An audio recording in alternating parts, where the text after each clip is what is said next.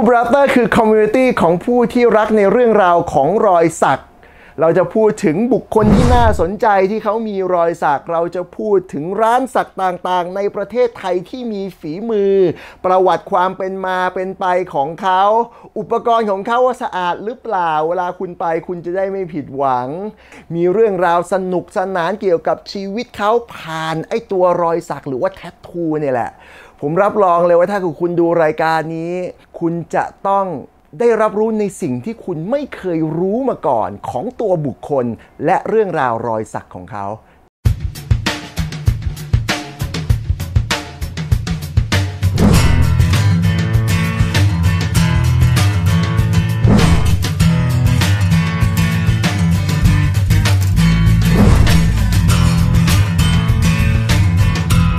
แล้วอยู่ดีเนี่ยชัดเริ่มมีความชอบเรื่องรอยสักตั้งแต่เมื่อไหร่โอ้นานแล้วพี่คือตอนแรกไม่คิดจะสักเพราะอะไรวะคือตอนแรกไม่คิดจะเพราะว่ากลัวเข็มไม่ใช่พี่คือที่บ้านผมเขาไม่ห้ามนะแต่ด้วยไอ้คณะที่เรียนเนี่ยมันเป็นครูศาสตร์เป็นครูมีแบ็คกราวด์ที่เกิดจะเป็นครูเหรอครับชิบหายแล้วเด็กครูนะฮะโอ้โหแล้วตอนคือเข้าไปสอบนั่นคืออยากเป็นครูใช่เป็นครูสอนดนตรีเรียนครูสอนดนตรีเรียนแบบเรียนเองดนตรีเลยโอเคต่อเสร็จเราก็จะดีไหมจบมาแล้วแบบสักเยอะไม่ได้ละก็เลยไม่เอาครับ เอาครับปุ๊บแล้วมึงเป็นครูนี่เจาะให้เป็นไรเหรอเข้าไปปี 1ไงพี่ประมาณปี 1คือมีอะไรก็ถอดได้มันไม่เหมือนรอยสักมันติดตลอดปุ๊บมหาลัยโดนอาจารย์ด่าอาจารย์ก็แบบเหมือนจะโดนแบบให้ถอดโหแล้วแบบคิดดูพี่เจาะคิ้วอะต้องถอดออกแล้วใส่ไหมพอเขาบอกให้ถอดปุ๊บอันนี้ผมก็เกิดความแบบเชียเอาอะไรกันมาที่แม่งแบบแม่งมาคับเราถอดไม่ได้ก็เลยไปสักเลยก็เลยไปสักแทนสักตรงนี้มาสักหน้าอกมาก่อนรูปอะไรครับมันเป็นไกเกอร์พี่ไกเกอร์เป็นก็เป็นแนวเขาเรียกไบโออะไรเงี้ยของอาร์โรเคนหมดเลยแล้วน้องคนที่สักชื่อหมีตอนนี้ยังหาตัวไม่เจอนะครับคือหมีเป็นคนสักผมสักตูนสักปิดเป็นยอมหมดเลยเหรอใช่เยอะนะโอ้โหอะไรเข็มพี่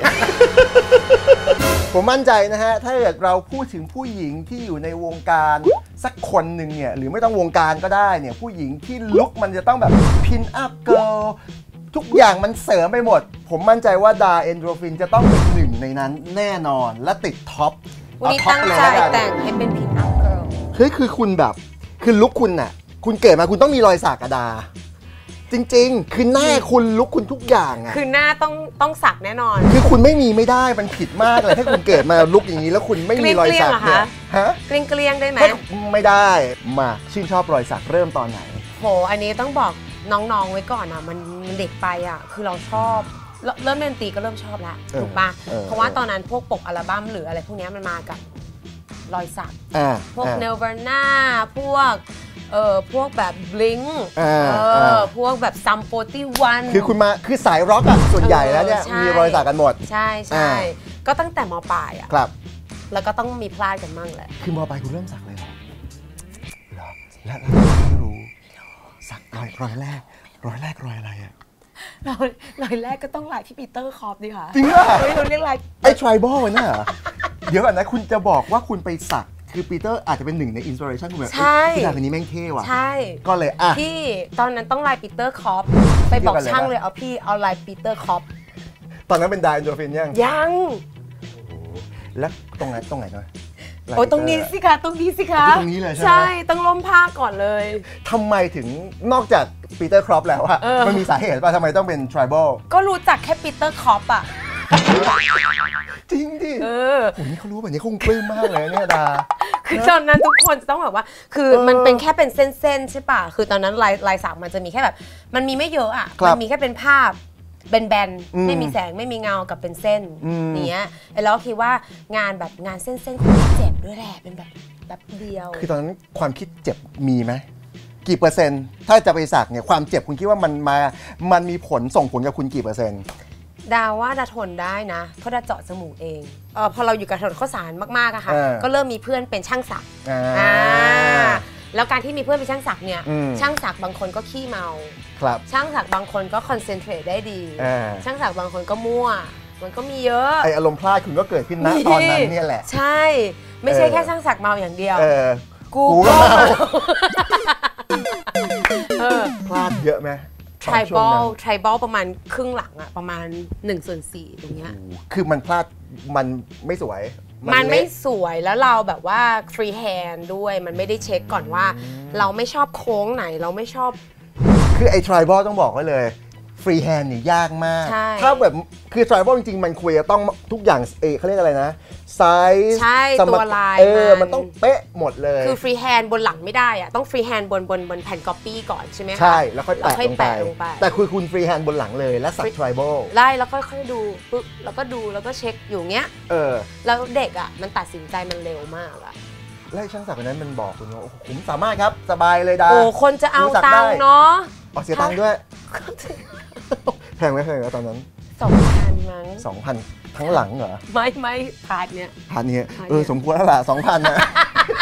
ตอนนั้นจำได้เลยอยู่แค่ม.4 ก็อยากจะได้มังกร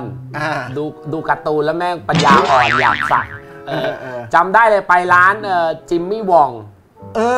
เฮ้ยผมสักรายแรกในชีวิตผมอ่ะผมไปจิมมี่วองเหมือนกันจิมมี่วอง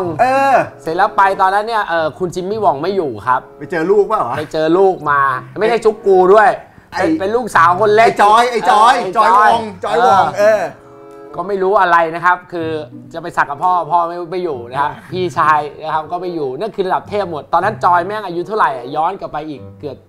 20 ปีไอ้จอยแม่งน่าจะ10 กว่าอย่างเงี้ยเด็กมากเสร็จก็ไปถึงปุ๊บความตั้งใจเลยคือแม่งกูเอามังกรยักษ์อยู่ที่หลังเลยเราไม่มีความรู้นะว่ามันเจ็บไม่เจ็บเราไม่รู้หรอกตอนนั้นกลัวป่ะก่อนไปคิดว่าไม่กลัวพอไปถึงร้านปั๊บบอกเอามังกรมาเลยเต็มหลังเขาก็ส่งมันจะเป็นอัลบั้มเลยนะแม่งอัลบั้มใหญ่อย่างนี้เลยให้เปิดแบบลายมันต้องใหญ่เพื่อสำหรับเอาไว้ปะข้างหลังใช่ไหมพี่ใช่คือตอนนั้นแม่งไม่มีคัสตอมแทททูอะไรหรอกคือมึงจะสักลายนี้มึงเอานี้ใช่ไหมก็ต้องเอาอันนี้แหละต้องเอาอันนี้ก่อนถามเขาใหญ่กว่านี้อีกนะลายอะราคาเท่าไหร่ 55,000เราแม่งคว้ากระเป๋าตังค์ก่อนตอนนี้ม.4 พี่มึงจะไปเอา 55,000 จากไหน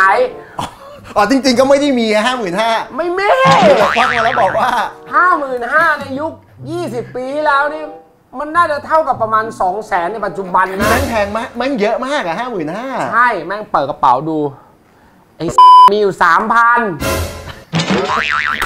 มันก่อนได้วันนี้เอาแล้วเว้ยโจทย์มันไม่ได้อยู่ที่ลายแล้วแม่งกลับไปอยู่ที่เงินไอ้สรุปหัวเสียหน้า3,000 มีเนี่ยสักอะไรได้บ้างมีสักอะไรได้บ้างมึงพูดมาเขาแม่งก็เดินมาเก็บอัลบั้มใหญ่ไปปั๊บแล้วแม่งก็ไปเปิดแกะแล้วก็เป็นอัลบั้มแบบ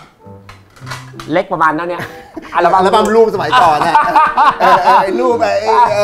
ไอ้จากเล่มเท่านี้แม่งลดเหลือเท่านี้เพราะกูมี3,000ก็เปิดดูโอ้โหมีลายไก่กางนั่นเลยแต่เสียหน้าไม่ได้แล้วไงเอาตัวนี้มาแล้วกันอะไรไก่ฟ้าไม่ต้องเป็นไก่ฟ้าไม่รู้มันไม่คือแม่งดีสุดในอัลบั้มแล้วใช่ไหมสรุปคือมันใกล้เคียงมังกรสุดแล้วเป็นแบบไก่ฟ้ากำลังบินนอกนั้นก็เป็นแบบหัวกะโหลกไม่ต้องเขนอะไรเงี้ยซึ่งแบบมันไม่ได้ตรงกับจินตนาการเราคือวันนั้นเอาอะไรที่มันคล้ายมังกรที่สุดอ่ะใช่นี่แหละไก่ฟ้านี่แหละนกเอียงมาตวงจักมาเพื่อนแม่งเรียกนกเอียงถ้าคุณคิดจะมีรอยสักทั้งทีคิดดีๆนะฮะก่อนที่มีรอยสักเพราะอย่าลืมว่ารอยสักจะอยู่กับคุณตลอดไปบางคนบอกว่าอยู่นานกว่าเมียคุณซะอีก คิดดีๆเลือกร้านดีๆอย่าลืมฮะว่ารอยสักอยู่กับคุณตลอดชีวิต